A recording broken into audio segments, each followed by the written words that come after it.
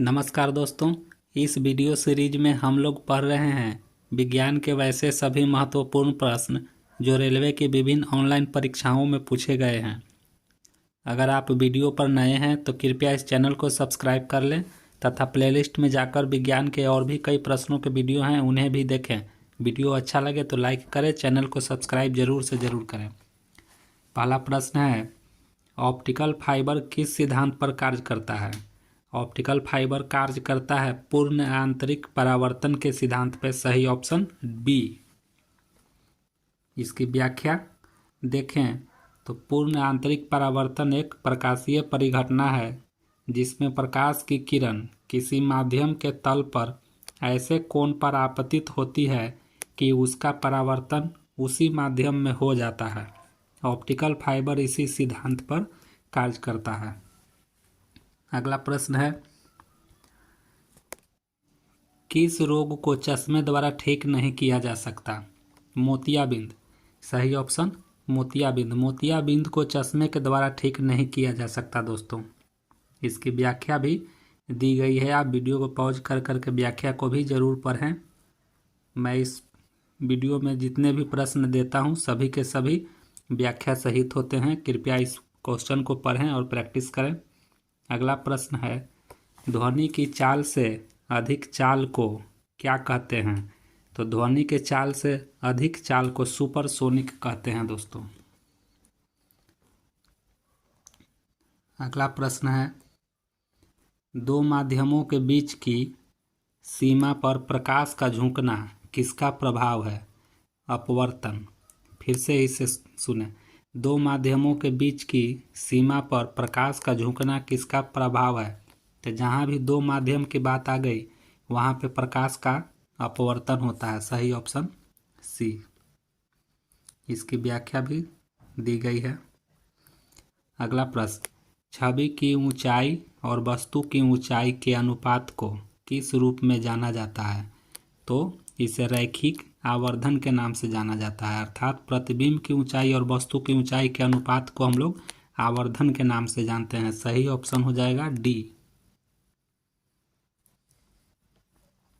अगला प्रश्न है, निम्न में से क्या तरंग की विशेषता नहीं है? तरंग की विशेषता ऑप्शन नंबर डी माध्यम नहीं है। तरंग की विशेषताएं तरंगदैर्घ्य, आवृत्ति और आयाम होती है। माध्यम से तरंग की विशेषता नहीं है। अगला प्रश्न, निम्नलिखित में से किसमें केवल उत्तल लेंस का प्रयोग होता है? उत्तल लेंस का प्रयोग माइक्रोस्कोप में होता है। सही ऑप्शन सी। माइक्रोस्कोप में उत्तल लेंस का प्रयोग होता है जिसे सूक्ष्मदर्शी भी कहते हैं। अगला प्रश्न है, प्रकाश ऊर्जा से पानी के अणु के विखंडन की प्रक्रिया को क्या कहा जाता है? प्रकाश अपघटन कहा जाता है। सही ऑप्शन सी।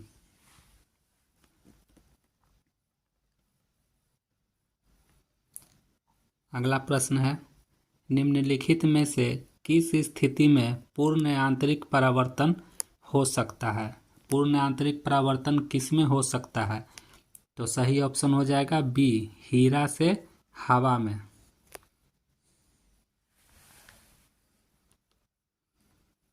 इसकी व्याख्या भी दी गई है, व्याख्या भी आप आराम से बैठ करके पढ़ें।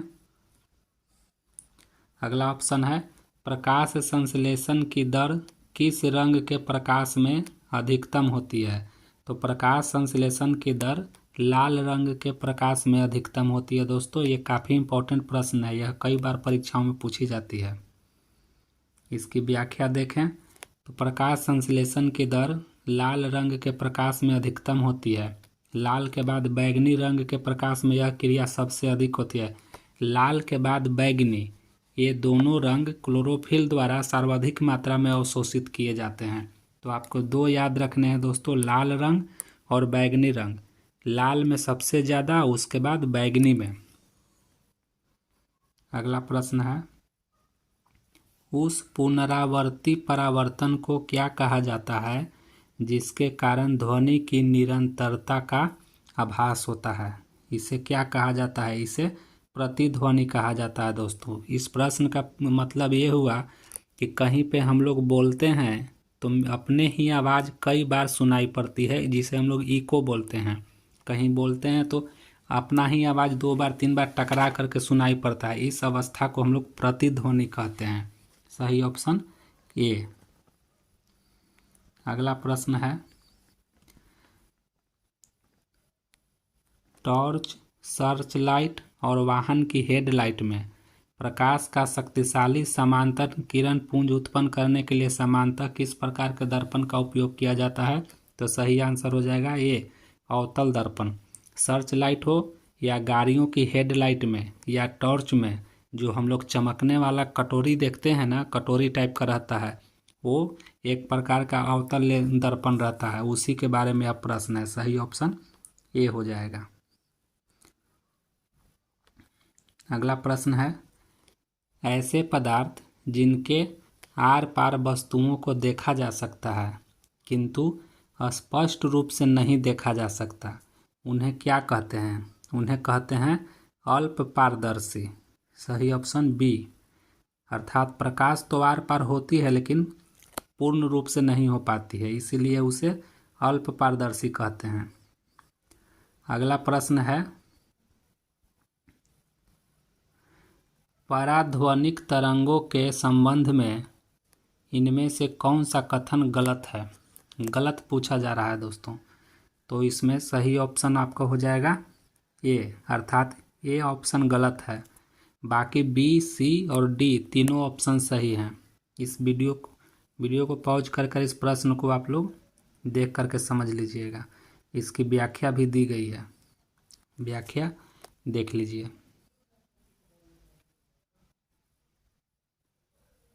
अगला प्रश्न है, सोनार एक ऐसा उपकरण है जिसमें वस्तुओं की दूरी, दिशा और गति को मापने के लिए पराश्रव्य तरंगों का उपयोग किया जाता है। कहाँ पे? तो पानी के अंदर। इसमें सही ऑप्शन हो जाएगा बी। सोनार एक ऐसा उपकरण है जो पानी के अंदर प्रयोग किया जाता है। पनडुब्बी जहाज हो या पानी में चलने वाला जहाज हो, उसमें सोनार का प्रयोग जरूर किया जाता है दोस्तों।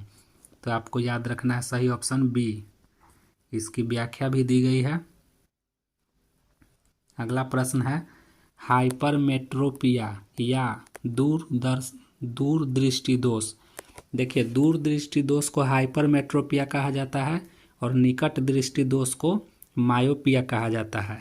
तो यहाँ पूछा जा रहा है, दूरदृष्टि दोष से पीड़ित व्यक्ति के लिए निकट दृष्टि बिंदु सामान्य निकट दृष्टि बिंदु से कितना दूर स्थित होता है?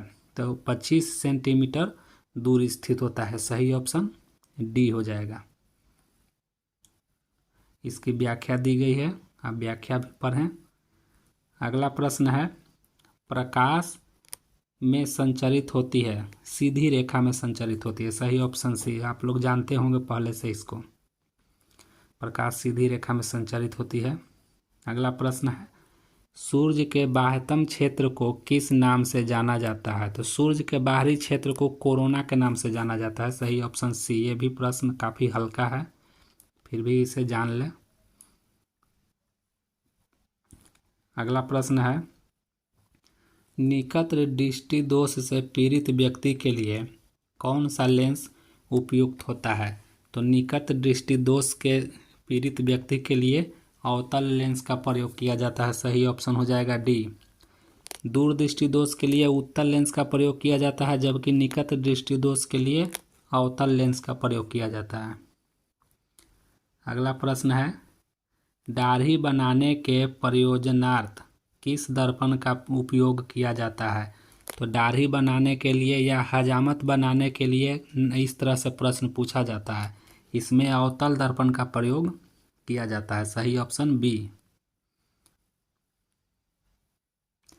अगला प्रश्न है, निम्न में से कौन सा वस्तु से बड़ा आभासी प्रतिबिंब निर्मित कर सकता है? तो कौन ऐसा दर्पण है दोस्तों जो वस्तु से बड़ा और आभासी प्रतिबिंब निर्मित कर सकता है? तो ऑप्शन हो जाएगा ए, अवतल दर्पण। अवतल दर्पण ऐसा कर सकता है। तो ये था आज का अंतिम प्रश्न। वीडियो अच्छा लगा, प्रश्न अच्छे लगे तो वीडियो को लाइक करें, लोगों के पास, दोस्तों के पास शेयर करें। और इसी तरह के प्रतिदिन मैं वीडियो डालता हूँ, प्रत्येक वीडियो को आप लोग पढ़ के अपनी प्रैक्टिस करें और चैनल को ज़रूर से ज़रूर सब्सक्राइब करें।